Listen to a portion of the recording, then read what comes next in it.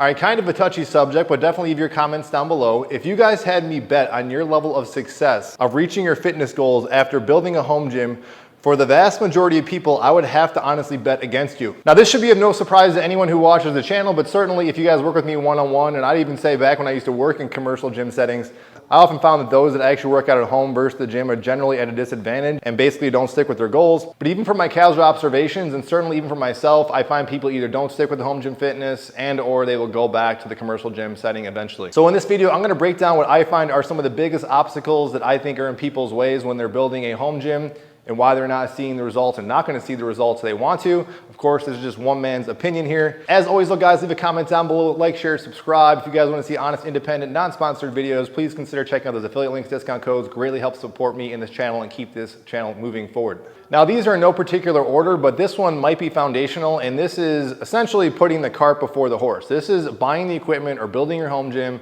based on reviewers such as myself, or even home fitness forums and pictures, and just listening to what the experts, quote unquote, have to tell you is the perfect home gym, that you build out and piece out your home gym based on what everyone says is the ideal best case scenario, but you essentially have no foundation, no training plan, and you're not really paying attention too much to the form, technique, and also the level and interest that you're at right now. And I'll keep hitting on this theme because I see it so often, and odds are if you go to the gym, if you're looking around, you know exactly what I'm talking about.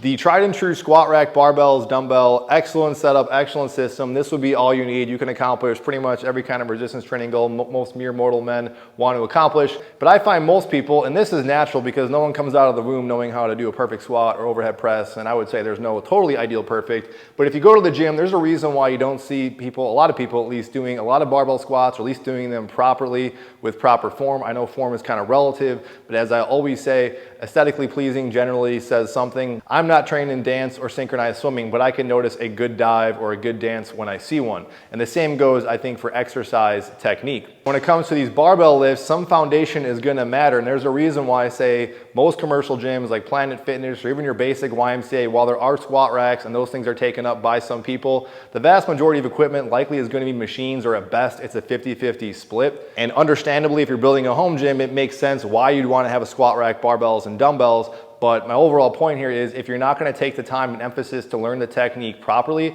and this is especially if you're in an older age, these issues are going to be compounded as you age, because a young person, they're not perfect either, of course, but a young person can pick this up easier. There's less trial and error, less risk reward if you were to hit yourself, tweak something. And just overall, if you start at a younger age, you're not going to have these kind of minor aches and pains that for most people either they neglect the movement entirely, they make their own kind of version of it, or the squat rack barbell just becomes a curl and bench station majority of the time, which I would say there's really nothing wrong with that either. I'm not necessarily singling out the squat rack. That is just one example. My overall point here is don't buy the best, most popular pieces that you see before you already know first how to use it. Appreciate there's going to be some sort of learning curve, or go ahead like I did even during when the shutdowns. The stuff that I found most sustainable, even though I can do and used to do a lot of barbell lifts, was finding unique pieces such as these Total Gym Resoniance trainers that I had great workouts, I was having a good time doing it, and most importantly was something I kept coming back to session to session. I might say this at the end, but your odds of success also are going to be greatly amplified if you have a history of going to the gym, or I'd say go to the gym first, get used to the pieces and equipment you're going to be using,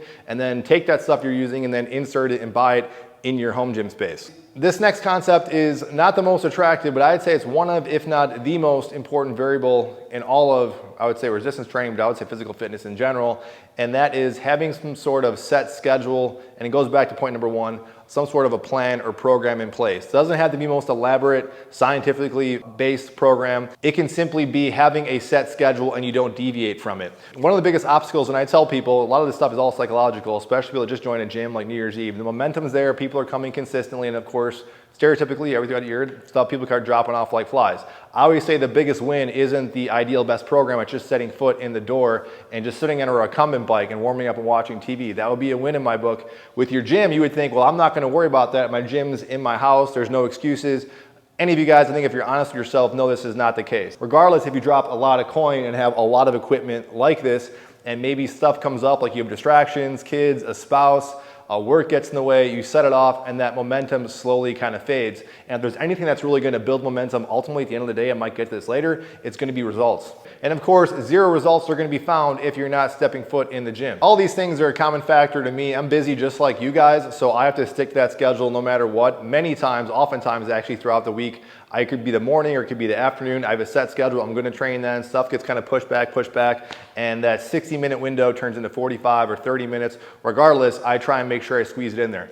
Of course, there's some benefits to missing a day here or there for rest and recovery, but you just got to be careful that doesn't steamroll, because any good coach or trainer is going to tell you as soon as you stop seeing a client or athlete showing up to practice or scheduled workouts, you know the end is pretty much close. I'll keep going with this one because this kind of goes hand in hand. These are just some random notes that I kind of put down, but being mindful, and this is more specific with this home gym community I'm always kind of fighting against a little bit, even though I definitely embrace it and love it, don't get me wrong, is being careful not to exchange your hobby for collecting and building your home gym for overall what matters at the end of the day. I keep stressing this, is your results and if you're actually using the equipment effectively. For some people, building this space, cleaning the space, organizing the space is half the fun, and I totally accept that and get that. But this video is, again, focused on the context here, making sure you guys hit results, not necessarily building an ideal hobby here or an ideal hobby space. On one hand, I do love having new toys and things around me, because that's one of the reasons I used to like going to the gym, is messing around with different equipment and just the open space they would have there. Don't get me wrong. But oftentimes, I know I'm sounding like a broken record so far in this video, more stuff creates more problems, and I'm finding very quickly, if I adopt something, if it's cool, I'll play with it, but as soon as it's not getting interesting, and if I don't have a spot for it, I will get rid of it, even if it means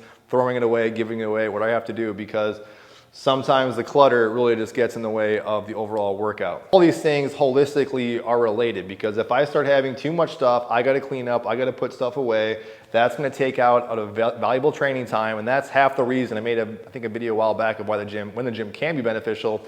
You don't have to clean up, you don't have to worry about sanitation. And if you have other people in the household, such as myself, there's a lot of people around here. If I wasn't making these videos, I don't know if my wife would be that cool with the amount of stuff and space that is taking up my house. This is kind of the other side of the coin that people don't talk about too much, and this isn't, of course, with home fitness. This could be with like some sort of studio or training methodology. It could be CrossFit, Orange Theory, or just you're in some other hobby like biking or whatever.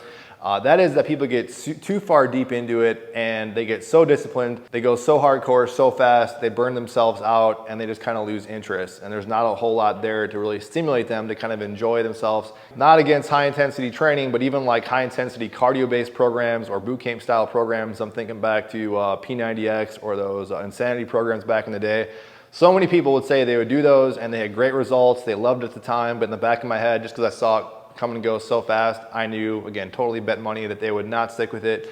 Might be fun, they might get some results for a little bit, but you just can't sustain that. You could sustain it for a bit, but after a while, it gets to be kind of monotonous, kind of boring.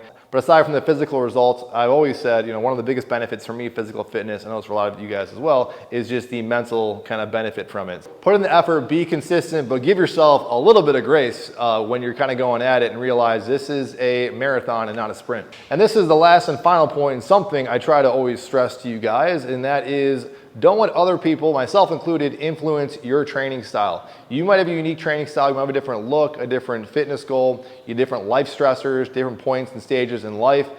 Don't just carbon copy all the different shots of every single person's home gym and then expect it to stick for you. There are many things in this channel, and I've made many recent videos talking about things that were tried and true pieces of equipment that I just simply do not use. They were collecting dust.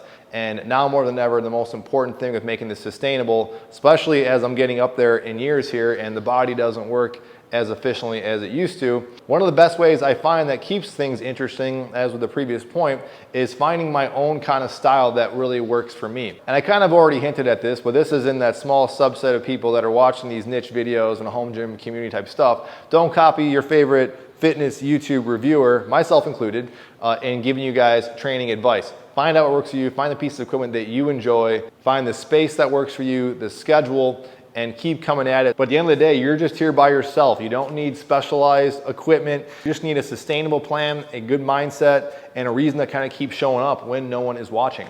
End of the day, guys, I want you to be successful. You can stay tuned in the future. I will have probably most likely a separate channel dedicated to training, because I find there's kind of two different types of people who watch this content. Regardless though, always appreciate you. I'll see you on the next one.